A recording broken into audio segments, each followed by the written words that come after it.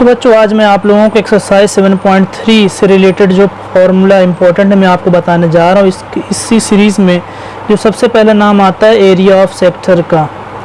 Area of sector को समझने के लिए सबसे पहले मुझे सेक्टर के बारे में समझना बहुत ज़रूरी है। सपोज़ करो एक सर्कल मैंने ड्रॉ किया, एक सर्कल ड्रॉ किया है।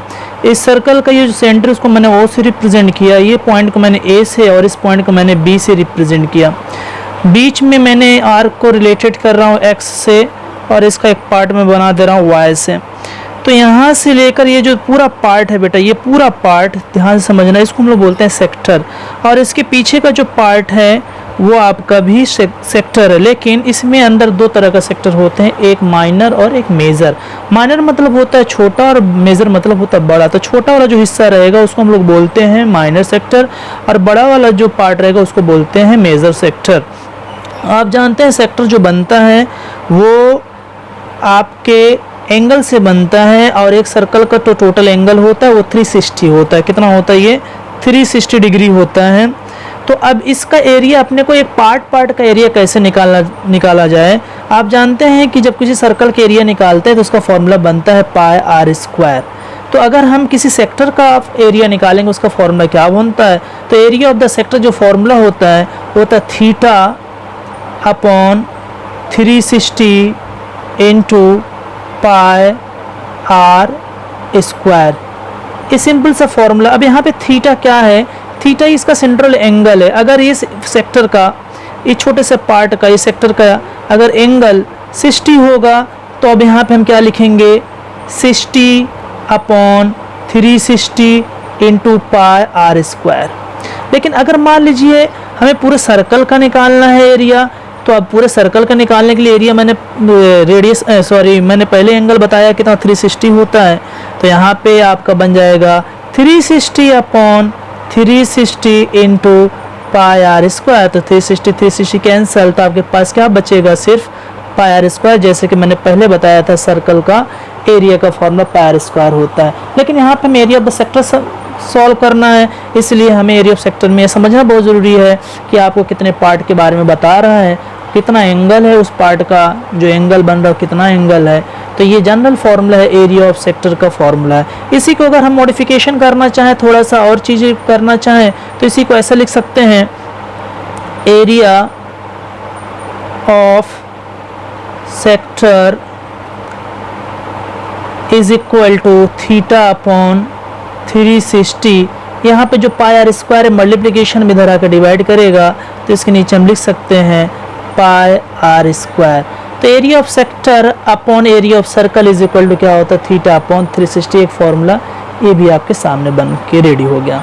इसी सीरीज में हम आपको दूसरा फॉर्मूला बताने चल रहे हैं, इसका नाम है length of an arc. Length of an arc. इसको समझने के लिए फिर से मैं एक डायग्राम बनाता हूँ, सर्कल का डायग्राम बनाता हूँ। ये सर्कल हो गया, इसका ये सेंटर हो गया। मान लीजिए फिर से मैं अभी यहाँ पे सेक्टर नहीं बता रहा हूँ, मैं यहाँ पे लेंथ ऑफ एन आर्क बता रहा। आर्क जानते हैं, ये जो यहाँ से लेकर यहाँ तक जो पार्ट होता है, या यहाँ से लेकर ये पूरा सर्कल जहाँ पे पार्ट होता है उसको हम लोग बोलते हैं आर्क बोलते हैं। तो यहाँ से मान लीजिए मैंने फिर से दे रहा हूँ, यहाँ पे ओ है, यहाँ ए है, यहाँ बी है। तो इसका यहाँ से लेकर यहाँ तक का जो आर्क का लेंथ है मान लीजिए L1 है, यहाँ से लेकर यहाँ तक का जो लेंथ है वो आपका L2 है। तो अगर हमें एक पर्टिकुलर आर्क का लेंथ का फॉर्म निकालना हो तो ये आपका बनता है थीटा होता है एंगल, ये भी थीटा होगा, और ये आपका यहाँ से लेकर यहाँ तक रेडियस होता है। तो जब हम लेंथ किसी का निकालते हैं तो हमको सरकमफ्रेंस की ज़रूरत पड़ती है सर्कल के लिए। तो अगर हम सिंपल सी बात करें, कोई अगर आपसे पूछे कि आप ये बताइए सर्कल का सरकमफ्रेंस का फॉर्मूला क्या होता है, इसका फॉर्मूला होता है 2 pi r square. 2 pi are क्या होता है? 2 pi are. Pi r square हो जाएगा तो एरिया हो जाएगा 2 पाई आर। तो अब अगर हम फॉर्मूला यहाँ देखते हैं तो क्या बन जाएगा? यहाँ बनेगा theta upon 360 into 2 pi r. अब आपको मालूम है 2 और r मिलके डायमीटर होता है, इसलिए हम इसको और करके ऐसे भी लिख सकते हैं, और पाई डी भी लिख सकते हैं, पाई डी यहाँ तो पाई डी भी आ सकता है। तो ये सरकमफ्रेंस का फॉर्मूला, सर्कल का टोटल सर्कल के सरकमफ्रेंस का फॉर्मूला 2 पाई आर होता है। लेकिन अगर हम पर्टिकुलर एक सर्कल का एक छोटे से आर्क का लेंथ निकालना होगा तो अपने को थीटा मालूम होना बहुत ज़रूरी है। थीटा क्या है? इसका सेंट्रल एंगल है। 2 पाई आर क्या है? सरकमफ्रेंस है। 360 आपको मालूम है, 360 ये टोटल सर्कल का एंगल होता है 360। तो अगर हम मान लीजिए सपोज करो मुझे एक सर्कल का सरकमफ्रेंस निकालना है, तो इसी फॉर्मूले से देखो सॉल्व करके मैं दिखाता हूँ। थीटा आपका हो जाएगा 360 और फिर नीचे 360 इंटू 2 पाई आर। तो ये 363 से कैंसिल, तो आपके पास क्या आया? 2 पाई आर। तो ये आपके पास सरकमफ्रेंस ऑफ द सर्कल बोलो, पूरा सर्कल का अगर सरकमफ्रेंस है तो 2 पाई आर होता। मतलब अगर पूरा ये लेंथ निकालना है ना सर्कल का, ये बाउंड्री, तो अगर इसका निकालना है तो 2 पाई। लेकिन अगर हम बात करें कि मान लीजिए आपका जो थीटा दिया हुआ, मान लीजिए if theta is equal to 90 degree आपके पास दिया हुआ है और आपको लेंथ ऑफ एन आर्क निकालने के लिए बोल रहा है, तो क्या बनेगा? Length of an arc is equal to क्या बन जाएगा फॉर्मूला? ये बन जाएगा थीटा जगह पे 90 अपॉन 360 इंटू 2 पाई आर। आप जानते हैं 0 से 0 कैंसिल, 9 1 जा 9, 9 4 जा 36। तो आपका जो फॉर्मूला आ जाएगा 1/4 इंटू 2 पाई आर। इसका क्या मतलब हुआ? अगर मान लीजिए आपके पास ऐसा सर्कल है जिसका सेंट्रल एंगल आपको 90 दिया हुआ है और उस जिसके अंदर 90 डिग्री बन रहा है, जितने लेंथ के अंदर, उसका लेंथ अगर निकालना हो तो 1/4 इंटू 2 पाई आर ये फॉर्मूला बन जाएगा। रेडियस आपको मालूम होना चाहिए, पाई के वैल्यू कांस्टेंट होती है, वैल्यू पुट करके हम इसको सॉल्व कर सकते हैं। जैसे हमने एरिया ऑफ द सेक्टर का मॉडिफिकेशन किया था, एक नया फॉर्मूला बनाया था, इसमें भी हम बना सकते हैं। इसका फॉर्मूला क्या बन सकता है? LENGTH of an arc is equal to क्या था? Theta upon 360 into 2 pi r ये था। अगर हमें 2 पाई आर इधर मल्टीप्लाई कर रहा है, इसको इधर लेके आ जाए तो क्या बनेगा? डिवाइड करेगा तो लिखेंगे length of an arc upon 2 pi r is equal to theta upon 360। तो एक ये फॉर्मूला आर्क बन गया। लेंथ ऑफ आर्क को जो हम लोग रिप्रेजेंट करते हैं वो स्मॉल एल से रिप्रेजेंट करते हैं। एरिया ऑफ सेक्टर जो हम रिप्रेजेंट करते हैं उसको कैपिटल ए से भी रिप्रेजेंट करते हैं।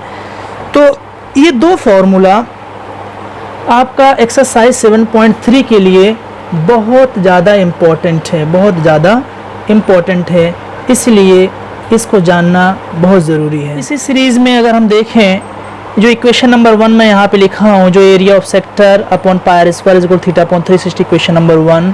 और इसी तरीके से आपका जो इक्वेशन नंबर 2 है, length of an arc is upon 2 pi r equal theta upon 360। तो इक्वेशन 1 और 2 को जब हम कंपेयर करेंगे, equation 1 theta upon 360, equation 2 theta upon 360 जो कंपेयर करेंगे तो आपको एक नया फॉर्मूला बनेगा।